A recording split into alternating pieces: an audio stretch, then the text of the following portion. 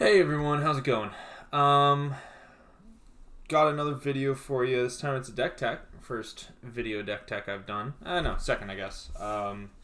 Did that live one on the PQ video. But first sort of Fabry deck tech I've done. So to start off, the suit among you might notice that there are 76 cards. There's 4 cards not in the list. That's because this is what I consider to be this sort of core of the current meta as it is. There's some cards that can come in and out, and I'll talk about those later on as we go through. But these are the cards that I would expect near on every meta to run, right? Every local meta, depending on where you are. Obviously, tailor this as you need for whatever your local meta is, whatever the meta of an event you expect to be is. But for just, I think in general meta, this is a pretty good place to start. Excuse me. In terms of the base deck, I mean, this is all pretty bog standard outside of the Reckless Swing and the single Unworldly. I'll get into the single Unworldly in a bit. The Reckless Swing can be pretty much any blue you want it to be. I still like having the Reckless Swing in the list. It's just a little insurance policy. It helps close the game out against the more defensive heroes who now have to play around going to 2 as opposed to going to they have to play around going to 1 or 2, which can make a huge difference and can definitely pull extra cards from them and give you more advantage. Or like I've seen Florians hold on to their boots because they wanted to play around a Reckless Swing, and it just made things really suboptimal for them. So I really like it. It's also good into Enigma. If Enigma ever forgets to activate their boots, you can just end their turn with a Reckless Swing sometimes, which is really nice. Don't ever Arsenal it. I don't think it's really ever good as an Arsenal target, but certainly has applications. Another note on the deck building is there's room, I think, for one more yellow of your choice. Choose a yellow, whether it's your second yellow agile windup, your third hungering slaughter beast, your third mark of the beast. You could put in ascend packing in here. I was trying 3 hungerings. I think I'm gonna go back to 2 and 3 on the mark of the beast. Just because Mark of the Beast does so much work in so many different situations, right? With Blood Rush or Wild Ride or your pulpings, right? It auto turns off Blood Debt if you draw discard it, or if you just discard it, which is really nice. It's also like it's easier to just send Mark of the Beast with a thinner graveyard. Obviously, it's not that third card in graveyard, and that's made things awkward for me in the past. But I do really like the third Mark of the Beast, and I think that's where I'm going to stand. Where I'm going to sit for now. The reds, I wouldn't really touch. I think the reds are really solid. No reason to adjust those. The blues, we're back to being, what's that tool brand? Husky? Is that the blue tool brand? We're back to being like a Husky toolbox, or a Cobalt toolbox, where our blues do so much heavy lifting for the deck. And so here we get into the single Unworldly Bellow. You'll notice there's only 20 blues here. If you're comfortable at 20 blues, by all means, put in a few more reds, put in a few more yellows. I've really, really, really enjoyed 21 to 22 blues, and it probably 22 blues, just because I don't necessarily feel comfortable cutting the third Unworldly Bellow, and that's the only thing I would cut to bring me down to 21 blues. So talking about the Unworldly Bellows, you'll notice there's 2 in the sideboard with 2 barragings in the sideboard. So the Unworldly Bellows, I've been bringing in for non-aggro matchups, right? So my local meta has a KO, it has Auroras, it has Dios, it has Vis. So into those heroes, I'm going to bring in Barraging Beatdown. Into like Florian or Enigma or a Guardian or a new, like a fatigue deck, a more fatigue style deck, I'm going to bring the Unworldlies in, and that's going to round out those last 2 blues that you don't currently see in the list. Otherwise, against aggro, I bring the Barraging because it's either 2 free damage or you get an extra card out of their hand, and you win either way. And certainly against the Lightning heroes, you can intimidate one of like 2 whole blocking cards in their hand, and suddenly they can't stop that extra 2 damage. So really, really good, really big value on Barraging, I think, in the current meta. I would not take, like I said, I wouldn't take all the Unworldlies out. Unworldly does so much in this deck. I mean, we have, so with the access to things like Wild Ride, Swing Big, we've got the 4 Gravelings plus the Diabolics. It's really easy to have a turn that's just like, oh, I've got some random blue in my hand, and an Unworldly, and then Diabolic, Graveling, Swing Big, or Wild Ride, and you can just go Unworldly to turn off your Blood Debt into whatever your other 1 or 2 cost is, and certainly like Unworldly into Diabolic or Graveling, or one of our Gravelings, can be done off like a random Hungering or a Mark of the Beast, right? Just some random yellow that you have in your hand.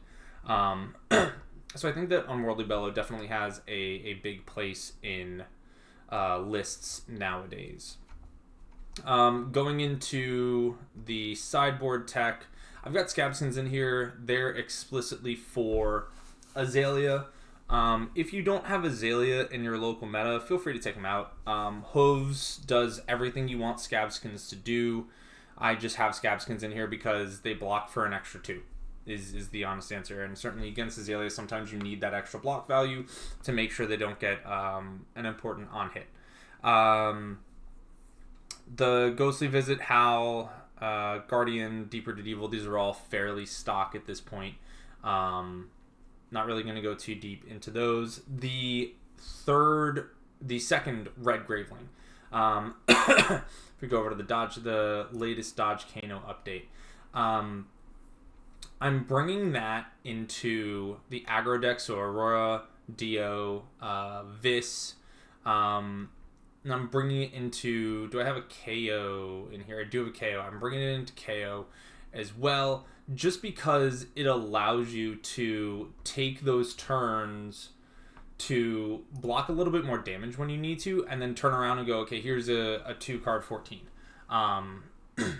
Against those more aggressive decks where you don't have as much or any time really to set up, making the most of the turns you do have is as important as possible. So getting that extra red Graveling into the graveyard to then banish with a Shadow Realm Horror to really have that opportunity to come back and have this big turn against somebody who's trying to race you is, I think, very important right now, and certainly leads into, just dealing extra damage with the barraging, right? The ability to go, like, you have some random blue Shadow Realm Horror and barraging in your hand. Like, you can go Shadow Realm Horror for 7 into barraging Graveling if your horror hits that Graveling, and it's so much damage with some like minor disruption from the barraging theoretically banishing a card they wanted to block with. So that's my thought on the red Graveling. As you see, there's room for 4 cards in here. You could even take this out, room for 5 cards. There's plenty of... I think, honestly, right now there's plenty of sideboard space just because Dio doesn't blow us out as wildly hard. So we don't need to go that full fatigue package against Dio. From what I've seen so far. I could be wrong. Pulpings are pulping. You can go up to a 3rd pulping if you really want, just to get extra damage into aggro matchups. I mean, certainly this red Graveling could be a 3rd pulping. I would not blame you for that.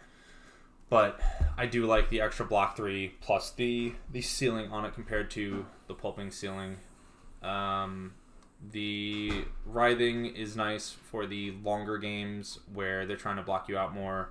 And certainly the ability to go like Howl into writhing or like Unworldly into writhing is huge. Obviously Unworldly into writhing requires a larger graveyard, but In a longer game, you'll probably get there, and then just to be able to like pitch this first cycle and then second cycle come in for like 8, dominate, does a lot towards ending the game.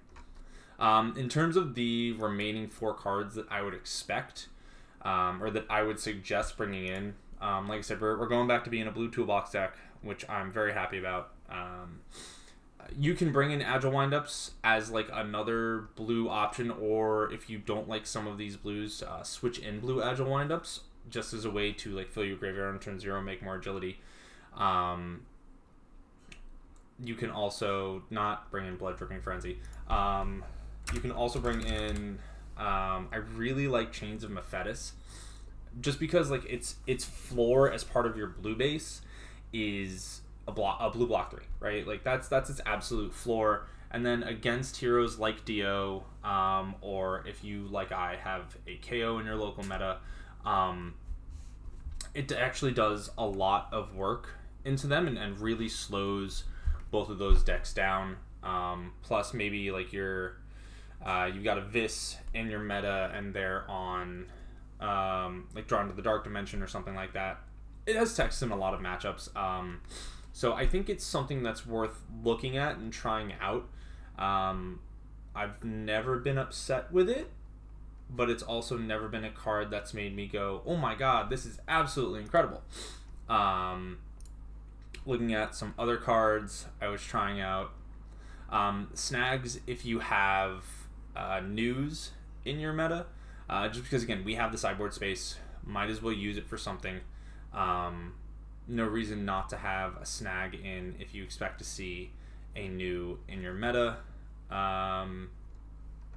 If you expect to have wizards, right, you can always go into something like the classic, the classic like Skullhorn plus Double Grasp. You can bring in No Rune Gloves if you have the extra space. Certainly for taking like Scabbies out, you can bring in No Rune Gloves. And of course, bringing in a bunch of Send Packings is never... Where are they? Where are my Send Packings? I should have just typed it in. Bringing in a bunch of Send Packings is not a bad idea. Shade and Death Hydra is okay if you have Prisms and Victors. Right now, it's not doing a lot. Obviously, if you can set up that that Tear Limb into Shade and Death Hydra stack, by all means do it. But I don't think it's going to do a lot besides be a yellow that blocks 3 in this meta. You can consider Smashing Performance, just because Dios don't insta-kill us anymore. Hitting a Cerebellum processor that still has Steam counters on it does mean a lot, but it is fairly random. Not only do you have to hit the draw discard, but you also have to hope they don't have other items, and especially not items that have 0 Steam counters, because this can completely whiff, and then you just played a 2-card 6 that doesn't block, that doesn't turn off Blood Debt for nothing. Worth running if you want to give it a shot, but I definitely think there are better cards. You can run it into Kano or Verdance as well, but Kano isn't really a deck right now, and I don't think we need the help, and Verdance can't really apply enough pressure fast enough, so we should be able to just walk all over her before she can pitch deck. Yeah, I think those are my thoughts on the list. I'll post a few ideas. Obviously, the matchup tab is empty. Oh, not the list. I forgot. We need... Where is he? Where's my boy? If you have Bolton in your local meta, put... The hell, it's a shadow card, right? Yeah. Where is he? Put 2 of these in your sideboard. Bolton's still a tough matchup, and this card has a very relevant on hit, especially if they want to do like block with a card plus piece of armor on your first attack, and then just no block your second attack. Now they actually get punished for that line of play, and they have to save their armor for your second attack, which can screw with their sequencing a little bit if that's not what they're used to. So definitely put 2 of these in if you have Boltons. If you have Prisms in your local meta, it's fine. You don't need it. We already have the Swing Bigs, the 1 red Graveling, plus if you put that 2nd red Graveling in, we have enough poppers that we don't really need to worry about attacking their soul. So yeah, those are my thoughts. And it's really just a question of like bringing a bunch of stuff in and certainly setting up that blue toolbox to bring in those blues.